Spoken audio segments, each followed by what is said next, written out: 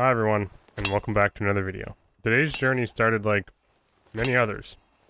Enjoying myself mining with the hope of extracting with my ruby silver to build kits that a solo player doesn't often get their hands on. However, the more I embarked on this journey, the more difficult it became. And the recent changes to the portals, goblin caves, has increased how difficult it is mining for that ruby silver ore. And this is a journey of revenge and enlightenment as I make my way through the goblin caves. What do you know? A rogue. So this was beginning to happen all the time. It wasn't just rogues camping the last couple portals, it was also Achilles strike barbarians. And of course, this guy's luck means he gets to extract immediately with my ruby silver. On top of barbarians, there were a lot of guys with some very solid gear, which meant I had to start increasing what I was taking in there, risking more and more every time for that ruby silver. Luckily in this situation I had a green halberd and adrenaline rush, which was just enough to smash this guy a couple times before he could get close with his arming sword. And luckily this time we won, but now we gotta make it the whole way across the map to the quarry, which was getting to become an increasingly difficult journey each time I entered goblin caves. And in my refusal to wear plate armor, I decided, what else can I do? How can I fight back against these rogues and barbarians? And my answer to this was, become a barbarian. And this begins my trip through Revenge Lane as I take on every class possible and start from level 1 with my barbarian class. You got a mic, bro. We good? We good? See? We good? Can I go past? Can I go past?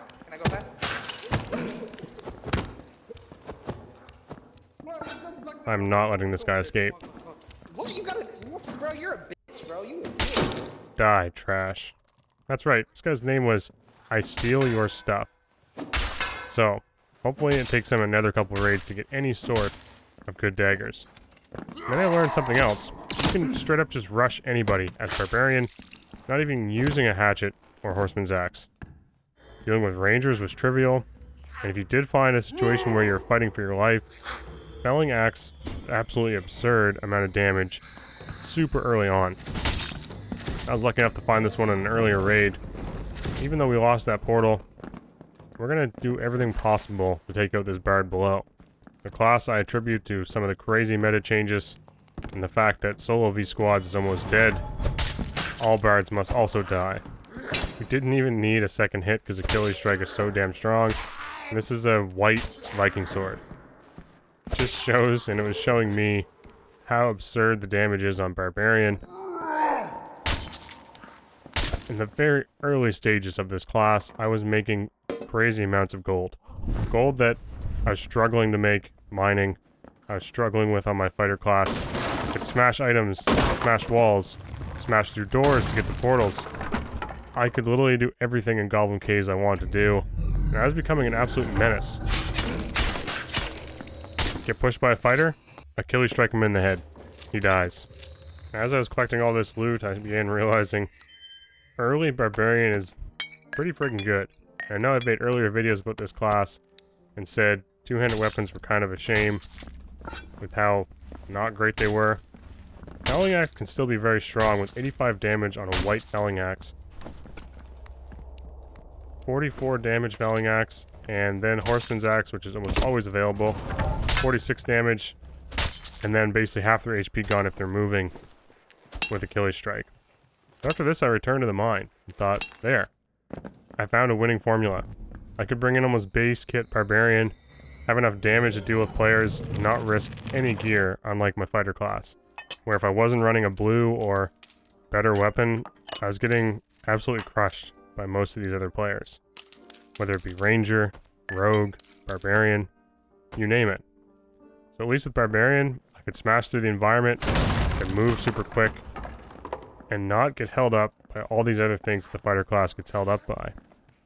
And then something changed. And someone I ran into changed all of my thinking once again. And my revenge arc had maybe reached its conclusion as I was now settling back in as a miner face this guy with a very familiar build. And he's outplaying me. He straight up is winning this fight. Yet, my starting battle axe and Achilles strike, my high HP numbers with toughness, wins that for me.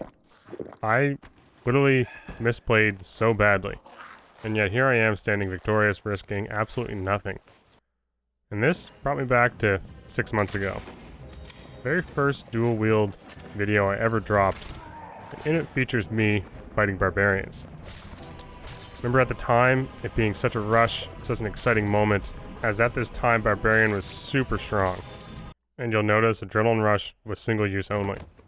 And it was these moments where you felt like you had to work your ass off. You had to try so hard to win fights, and dodge and juke and skill and speed and momentum, you name it. It was so exciting. And I felt like playing Barbarian, I'd lost some of that. It felt like walk around, chop people in the head. Okay, Achilles strike. Okay, this guy, just run him down and punch him. Everything felt so simple about it. I'm back to dual wielding, defending the darkness and goblin caves from all these rogues and all these barbs. And in my very first game, literally gray starter arming sword, we run into a barbarian. The very thing I'm now set after to hunt, and something I'm interested to show you guys and talk about is the reason why I have a shield on my back rather than just tossing it away completely. I have a very interesting idea for that shield, and we'll talk about it, and I have an example coming up where I think it can be successful keeping on your back. But first we need to deal with this guy. Using our Castellan third hit, we take this guy out quite quickly. And seeing how one horseman's axe Achilles nearly killed us, something tells me that guy's got some decent gear. And in my very first game, that feeling returned. Damn, that felt great. It felt so awesome to win that fight, knowing he clearly had the advantage. He had a horseman's axe Achilles strike, and as you're about to see, the reason why that horseman's axe was hitting so freaking hard was because it was a pretty damn good one. And here I am, being somewhat successful with pretty much base kit, 6 gold Castellan dual wielding. And I know dual wield's pretty much at its best it's ever been, and a lot of people will talk down about how it's, that's only good for goblin caves, or that's only good for this. Well, it's amazing to me because nothing is good in solo V squads right now. Literally nothing. Maybe rogue, maybe wizard if you're fully geared. So I always kind of laugh when people say, oh, that's for goblin caves only. It is, sure, but it's super effective at farming gold, and no one really is playing fighter in squads anymore because they're so ineffective. I could make the same argument about plate, saying it's literally not effective at all solo. It's only meant for squads. So I found this way of playing, and it's the way I like playing fighter the most. And as I was hunting barbarians, I ran into some other players as well, and this one was a lot of fun versus a longsword wielding fighter. And we know he's going to be fishing for those riposte, because that's the only thing that really makes longsword fighter any good. If he hits us with that double cleave riposte, we're toast. Do not have headshot protection, well, very minimum with the leather cap, which is the worst thing about dual wield. And you have to be extremely careful with how you space yourself versus any of these opponents. Waiting on our cooldowns, we push in. We're trying to draw and bait out that block so we can use our Castellan and then follow up with a smash to the dome. Super underrated, the dagger. Everyone's looking for that arming sword swing, and they're trying to riposte or parry that swing. Just don't use it. Use the swing you know is going to hit. And so, this is my final little note. This is what I was coming here to do, and this is why I kept the shield on my back. I wanted to see if I could use shield and switch to it quick enough to block Achilles strike. Unfortunately, I didn't get it out quick enough to block that first throwing axe, but I did block the second one. So with dual wield and running agility, I'm not running really any agility, I'm actually using orc, and I think I'm pretty much base stats at this point. You can get your shield out extremely quickly, and your movement speed is, what, minus 13 I think it is with the round shield, minus 15 with the heater shield, and if you're using a buckler, if you're good enough with a buckler at blocking, you can block blow corruption or Achilles strike. Now this is a question I have for you guys, and this is something I haven't yet got to test again. Why in this situation does my block not cancel out the Achilles strike? And you're gonna see it here. I do everything, almost everything, perfectly correctly. Are you just gonna run again? This guy really wants to fight. He's a little annoyed as he's waiting on his cooldown as well. Basically just one tap me with that Achilles strike. We have to be very careful. We switch to shield, we get the block, but it doesn't take away the Achilles strike. And then it's literally one shot to the head, and that's game over. 90 HP, gone. But what I'm super confused by, and I mean, he has 1 HP, and the only good thing about this story, well, it's not even a good thing, it's kind of a sad thing. He doesn't even get to really loot me because, of course, guess what's waiting in the darkness? I'm sure you all know what's about to happen. But anyway, one thing I do not understand is why that didn't eat the Achilles strike. I always thought if you blocked or missed or like hit a wall with Achilles strike or blow corruption, the shield canceled it out. So I don't know if I just got unlucky here or what happened, but I am going to try this out some more. I am very curious to see what it's like 1v1ing with a shield and how much counterplay you can do. I'm not going to lie, kind of miss my dual wielding. The playstyle is just incredibly fun. It's so athletic, and it's very cheap. You can run some very cheap gear and be successful.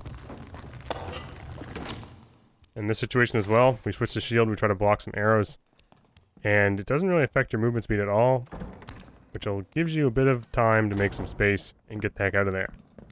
As we're trying to escape here, we get another longsword user, and essentially, I can't get hit here or I'm toast. I really only have one option. I accidentally popped Adrenaline Rush, which is a huge blunder, as I thought there's no way this guy was going to back off. I was like, this guy is definitely just going to run me through this map and stab me once in the feet and I'm dead. However, he backs off, he gives us an opportunity. He even drinks a potion, but he makes a bit of a mistake keeping his sword sheathed for far too long, giving us enough time to land 2 hits. And now, we pounce. And somehow we survived that one. He had aimed a little higher and caught me midair, I'm likely dead. And luckily, this guy had a surge kit, which will once again help us escape as our dual wield fighter. So with that, thank you all. Hope you appreciate my little journey and some of my musings about fighter class and barbarian class as we spectate some thrilling rogue gameplay. Look, once again, thank you all. Appreciate the subs. Appreciate the support. I'll see you guys all in the next video. Cheers.